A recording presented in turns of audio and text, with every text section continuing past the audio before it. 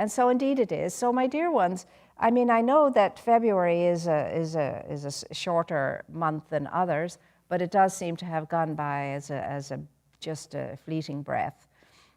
But we still have a week to go, and it is the week of deepening our journey through the season of non-violence. And it is the month of us getting more on the inside of our Black history and understanding more fully the lives of those of us who have endured the journey of all who are enslaved in some way or another, but especially enslaved because of their darker colored skin, which makes no sense at all. So I've been learning the most wonderful things as I've watched the PBS programs and so on, and uncovering so much about ourselves and our nature and our tendencies and so forth.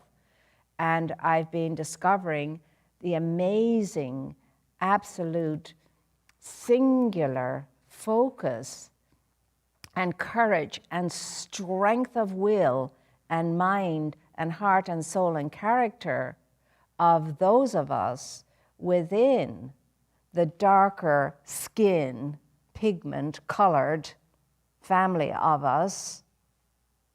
We're able to muster up and stand so tall and firm and straight in the face of absolutely unbelievable treatment. It's so inspirational, so very inspirational. So today, I just happened to pick up this wonderful book by Desmond Tutu, Archbishop Desmond Tutu, an amazing man who is a great example to us all, who led his people through apartheid in South Africa, and believe it or not, was the one, having endured all kinds of situations of great danger to his own life and so forth, led the aftermath of it all to the point where the imprisoned and the downtrodden could come together with their captors and their punishers and work together in a way that forgiveness was the main focus. Forgiveness was the main focus, and forgiveness was able to be achieved in so many cases in that situation. And I don't know if you know much about Archbishop Desmond Tutu. He's well worth researching, but he's a smiley bundle of light and love. He's an amazing, individualized expression of what it is to understand that we all belong to each other and we're all one. I love this little book because it's just snippets, you know, you get points to ponder.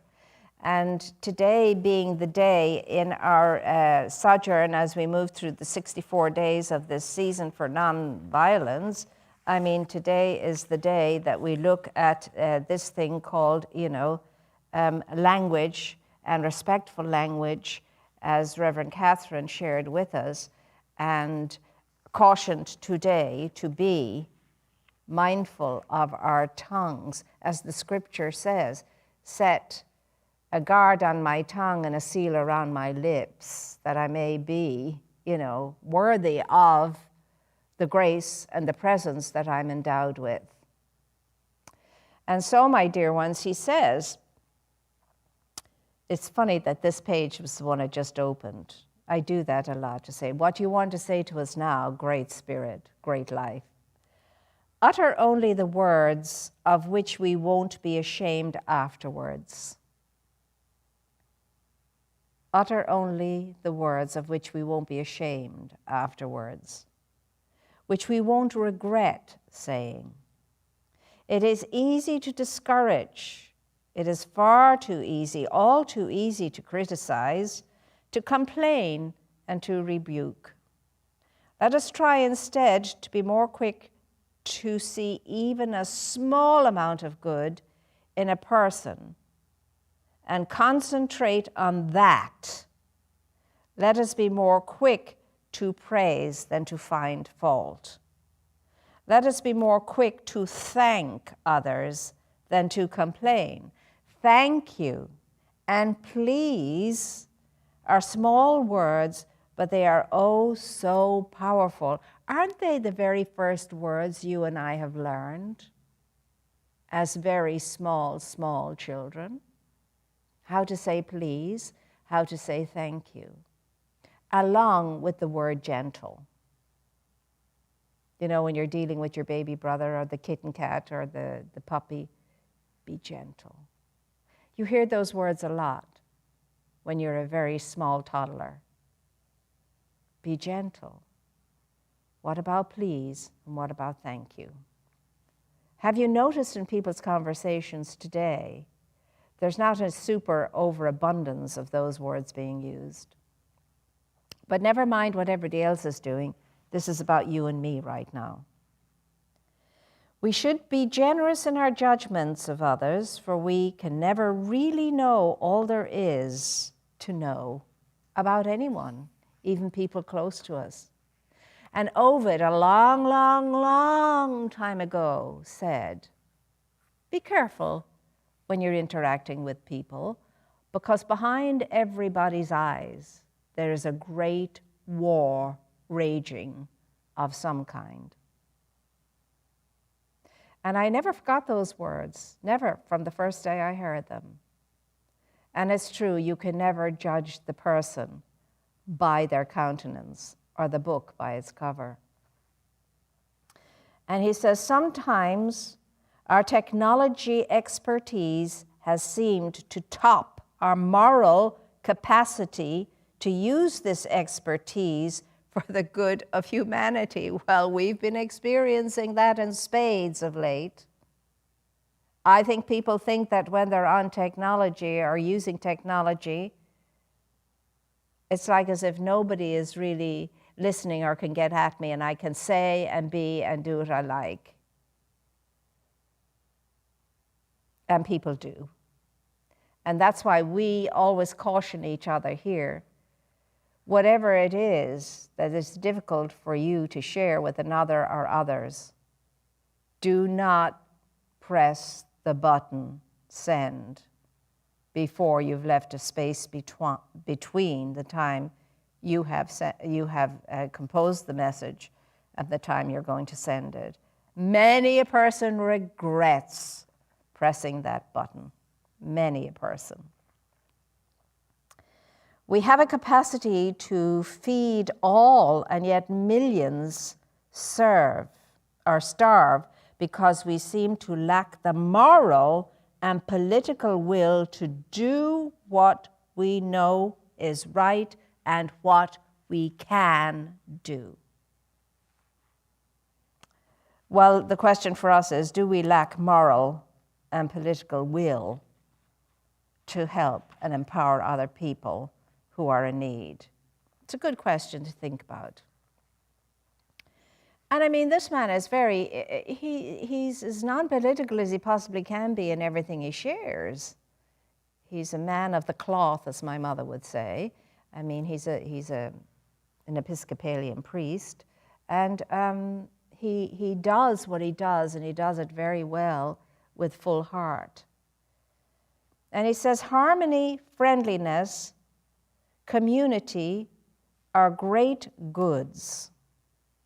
Social harmony is for us the sunum bonum. It's the sunum bonum, and that is the greatest good for all. The sunum bonum. What is the sunum bonum in your life? What is the greatest good in your life?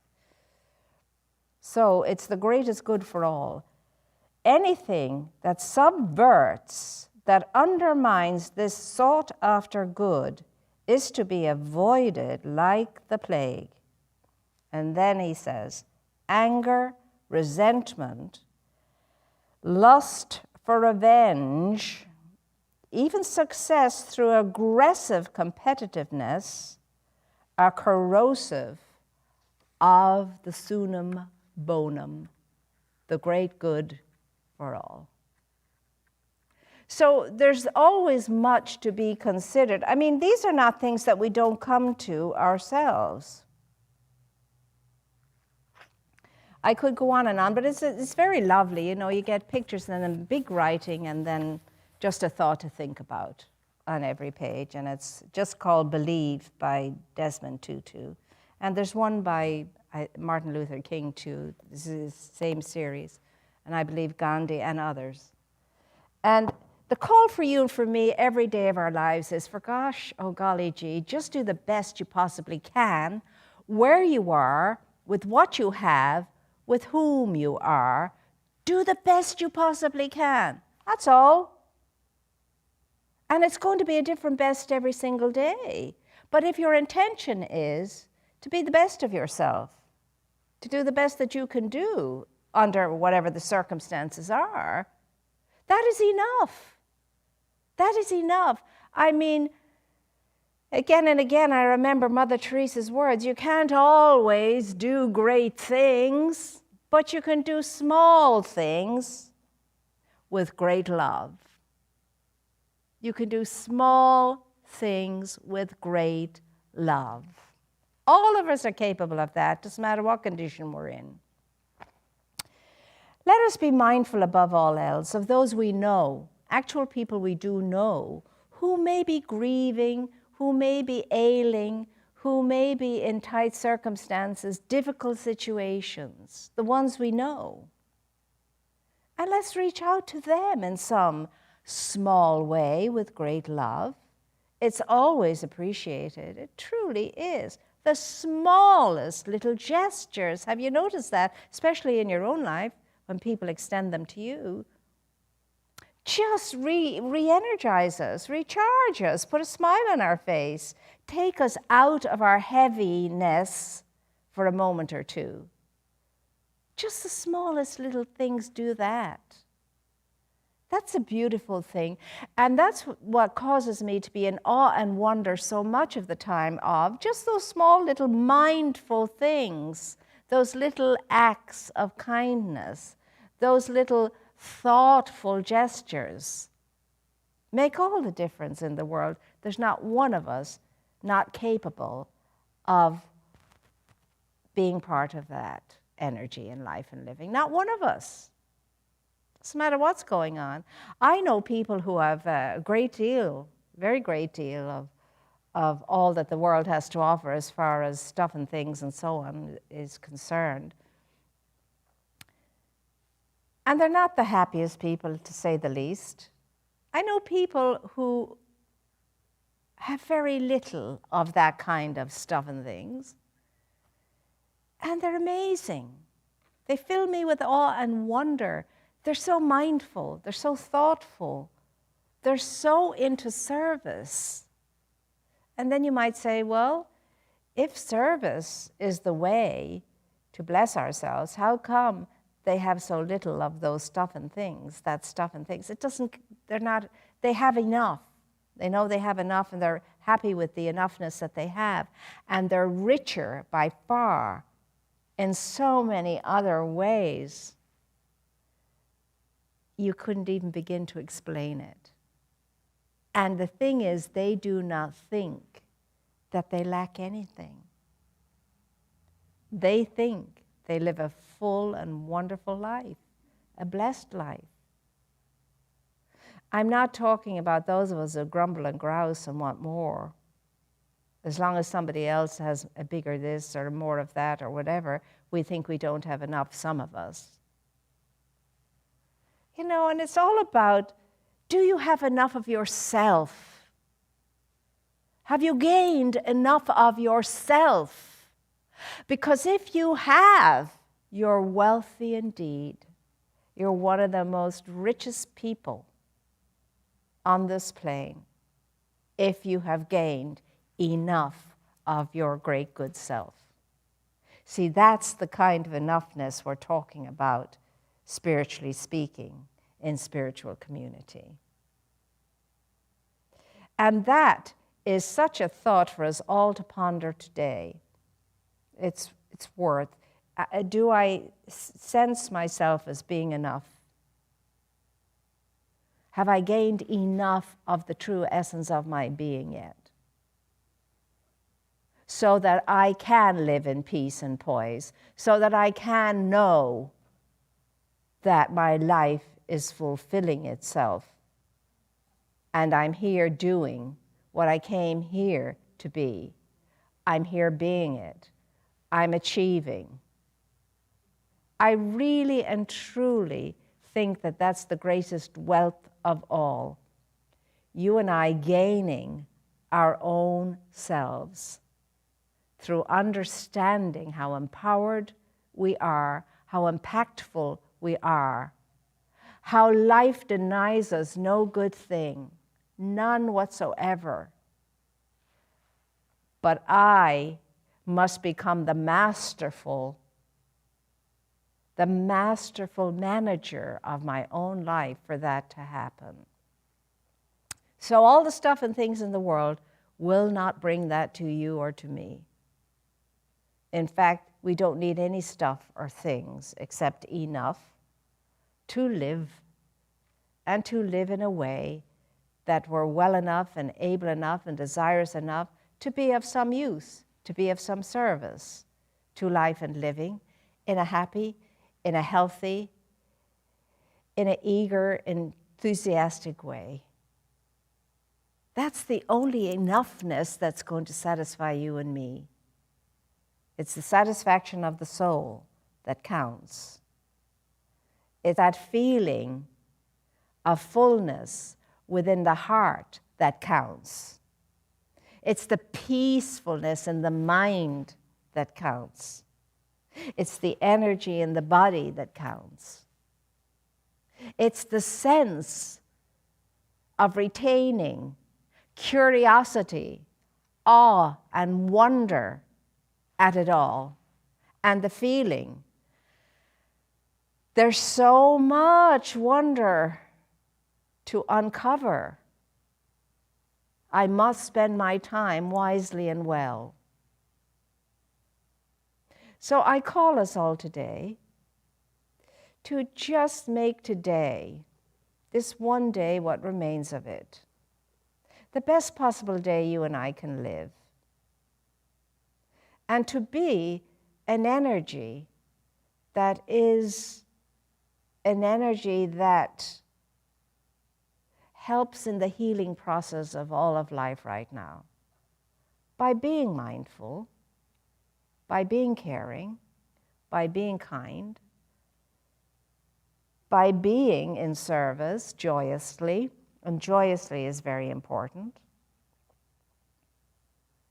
I mean, volunteerism is the sweetest and best thing we could engage in, but it's the attitude that blesses us with which we volunteer. Once we begin to feel it's an obligation and start to resent it, then we're losing that sense and sensibility. If I want to be free and masterful in my own life, I want to do what I'm doing because I want to, I choose to, I desire to. And I do it with good will and good grace. And I do it simply because it's there to be done and for no other reason. I do it freely, no strings attached. And I open myself to the blessing of that sense and sensibility that fills me after I know today I made a difference. I made a difference in someone's life today. I made a difference in the world's life today. I made a difference, and that is my reward. Simply in knowing that the world perhaps is just a little lighter, a little brighter, a little better for my presence in it today. If you can go through a day and do no harm, at least that you know of, if you can say today was a harmless day for me, I did no harm today. I did no harm today. And let me tell you, it's a hard thing to do to get through a day so that you can happily say, I did no harm today. By the way I was thinking, by the way I was feeling, by what I was doing, what I was saying, how I was showing up, and so on. We are a handful, each one of us. That's why Jesus said, stop worrying about the speck in your neighbor's eye when there's a great big log in your own one. Take care of your own log first, and then you can help your neighbor. We are a handful, a good handful. And it takes all our wits to keep ourselves in order and to keep ourselves on the right side, bright side, good side, light side of life. And you know what? When we're doing that and busily engaged in doing this, taking care of this in ourselves, we're helping everything and everyone and all of life at the same time. Why? Because we are vibing great good energy into the cosmic pot of the one infinite mind, the one collective mind, the one subconscious mind. We're adding the healing herbs and elements to what could be a toxic mix in any given day. Because if the global or if the collective energy goes below 50%, we're in trouble. We want to keep that stew pot, above 51%, and then keep adding the good things to it by the way we think and feel and are and do and show up. And remember, no matter what's going on in your life, you're called to be the spot where God shows up. The essence and energy through which, in material form, spirit presents itself by means of you, to bless, to uplift, to enrich, to enhance. That's what we're here for. Imagine that. And yet so many of us are all caught up in getting and getting and getting and building and building and building empires of God knows what. It's never enough. None of which anyone will take away with them.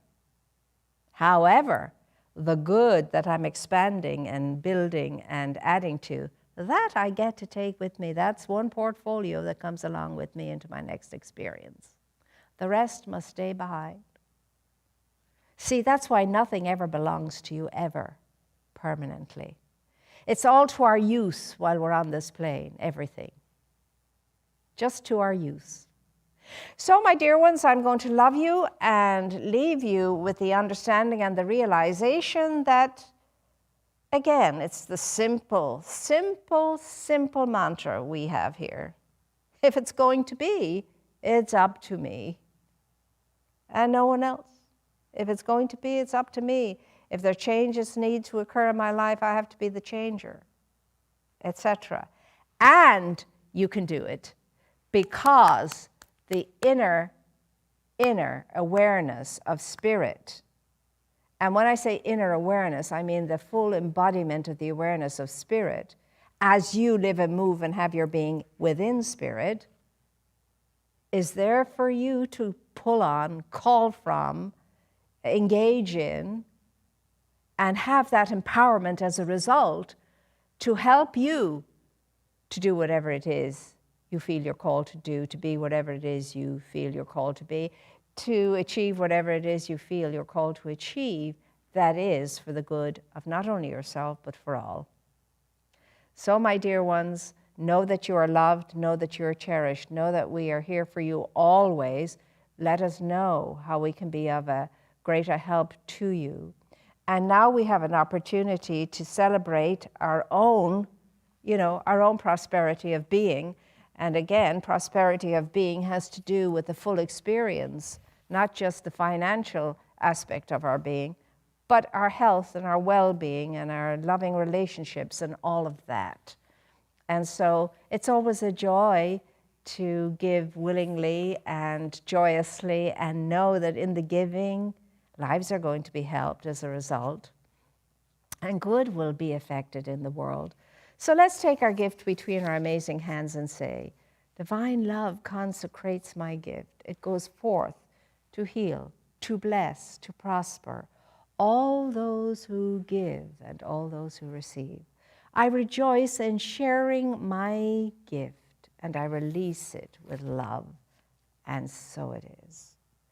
And until we meet again, take very good care of yourself. Bless yourself throughout your day. Know that life is on your side. The universe supports you. God is not only with you, but lives, moves, and has its being through you and fills you. And that you are unique and amazing, awesome, original of the One. And without you, life couldn't be its whole self. You are essential. And so be all that you can be for the rest of today, and enjoy the feeling and understanding that I can make a difference. Isn't that wondrous indeed? I can make a difference just by being happy, by being glad to be doing what I'm doing or whatever's going on, far less even lifting a finger to actually focus on someone else. Just by you being good in yourself, feeling well and all of that, you're raising energy. And so take good care of your precious self. Why? Because God dwells in you as you. And that's a worthy, worthy thing to know and to take care of. And we are here for you, and thank you so much for all of your support and for allowing us to continue to do the work that we are doing throughout this challenging time, and for all of your financial help and for all your other ways of helping. And to the food angels, big heartfelt thanks to you for keeping the pantry full and people fed. And so I leave you as usual, the way the children always say farewell. And until we meet again, please stay connected, please tune in, please make sure you know what's going on, and know that we are here for you as always.